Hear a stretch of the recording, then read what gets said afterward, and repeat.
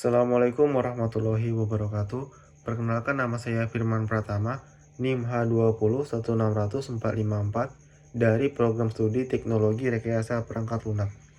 Di sini saya akan mempresentasikan proposal skripsi saya yang berjudul Sistem Informasi Pengolahan Data Nilai Siswa Berbasis Web pada Sekolah Menengah Kejuruan 1 Samarinda. Latar belakang.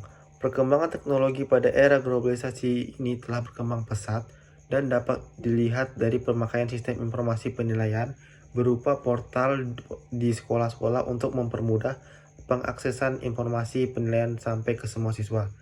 Pemanfaatan teknologi informasi ini sangat dibutuhkan oleh SMK 1 Samarinda untuk meningkatkan efisiensi dan produktivitas bagi manajemen pendidikan.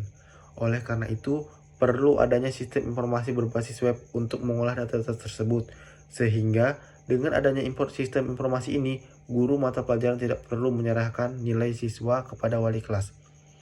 Dengan adanya sistem informasi ini, diharapkan akan mempermudah kerja guru dan tata usaha dalam mengelola data nilai siswa.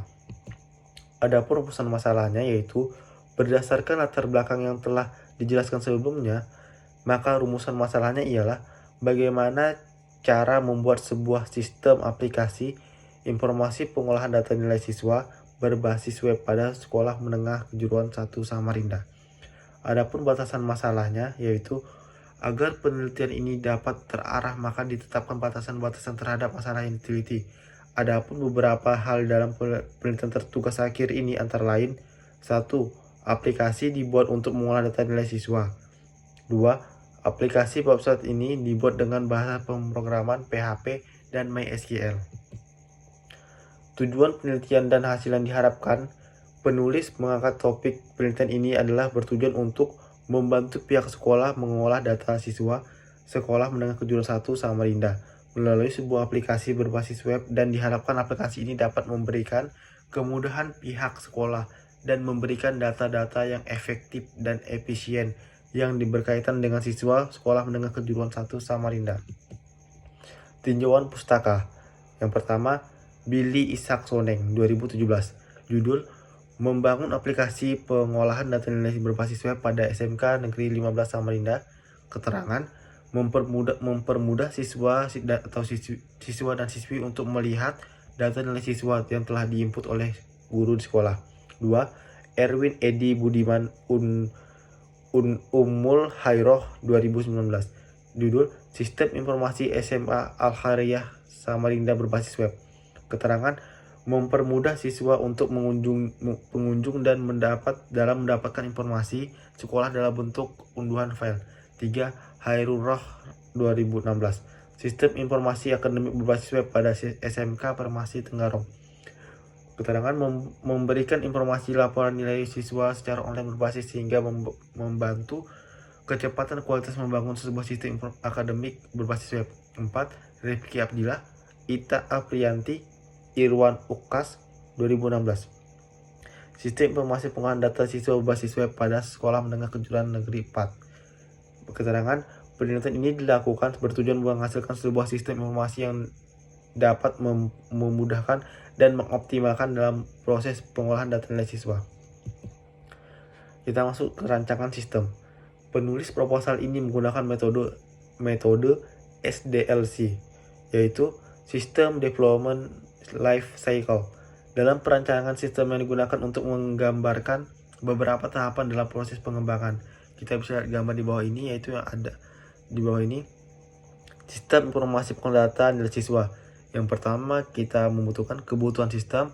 Yang kedua, tahap desain.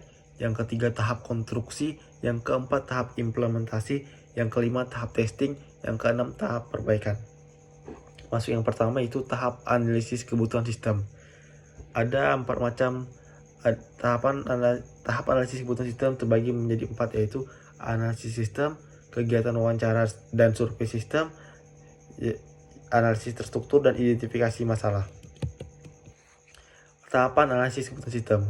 Pada dasarnya, kegiatan yang dilakukan pada tahap analisis sistem ada 2 bagian, yaitu tahap survei pengumpulan data dan analisis terstruktur yang secara garis besar berfungsi untuk memperoleh pengertian dari permasalahan, efisiensi, dan pertimbangan-pertimbangan yang mengarah ke rancangan sebuah sistem informasi, serta mencari kendala yang dihadapi dalam sistem sehingga dapat menentukan solusi alternatif pendahuluan.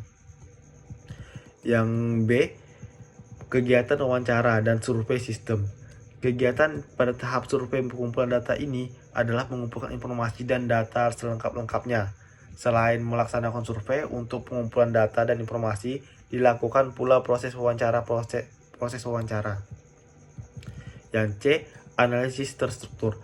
Pada tahap ini, tim pengembang dan analisis bahan masukan yang telah diperoleh dari hasil survei kemudian diolah menjadi dokumen analisa terstruktur sebagai penggambaran umum dari pembangunan sistem informasi yang akan dibuat atau dikembangkan. Yang D, identifikasi masalah, merupakan kegiatan mengidentifikasi masalah yang terjadi dalam sistem yang sedang berjalan. Dari hasil wawancara dan observasi akan menemukan beberapa identifikasi masalah yang ada pada pihak customer, sehingga hasil dari identifikasi masalah tersebut terbentuk sebuah dokumen daftar identifikasi masalah sistem yang akan dibuat atau dikembangkan. Masuk kedua, tahap desain. Di sini di bawah ini ada gambar DFD atau data flow diagram, dan di sebelahnya ada gambar entity relationships diagram atau ERD. Pada tahap yang ketiga yaitu tahap konstruksi. Pada tahap konstruksi ini kita bisa melihat tampilan login. Di sini kita bisa masukkan nama dan password, terus bisa login. Dan ada menu utama. Di dalam menu utama ini ada beberapa bagian, yaitu input nilai dan nilai per kelas dan lihat nilai. Nah, ini adalah form input nilai. Di sini ada NIS, kode kelas, dan ada kode mata pelajaran. Dan sebelahnya ada laporan tampilan nilai. Ini adalah form tampilan nilai. Nah, masuk ke yang keempat yaitu tahap implementasi. Tahap ini meliputi menjalankan atau implementasi program dan uji coba atau evaluasi sistem, bertujuan untuk mengetahui hasil dari kebutuhan fungsional sistem yang disusun dicocokkan dengan hasil implementasi dalam bentuk rancangan bangun sistem informasi. Tahap implementasi sistem secara keseluruhan. 5. Tahap testing. Tahap ini melakukan uji coba sistem berdasarkan pengolahan data yang real atau nyata agar diperoleh hasil tes. Selain itu melakukan uji coba sistem dari segi konektivitas fungsional sistem untuk mengetahui program bisa diaplikasikan dan mendapatkan evaluasi uji coba sistem. Sekian yang dapat saya sampaikan. Apabila banyak salah, saya mohon maaf. Billahi taufiq wal hidayah. Wassalamualaikum warahmatullahi wabarakatuh.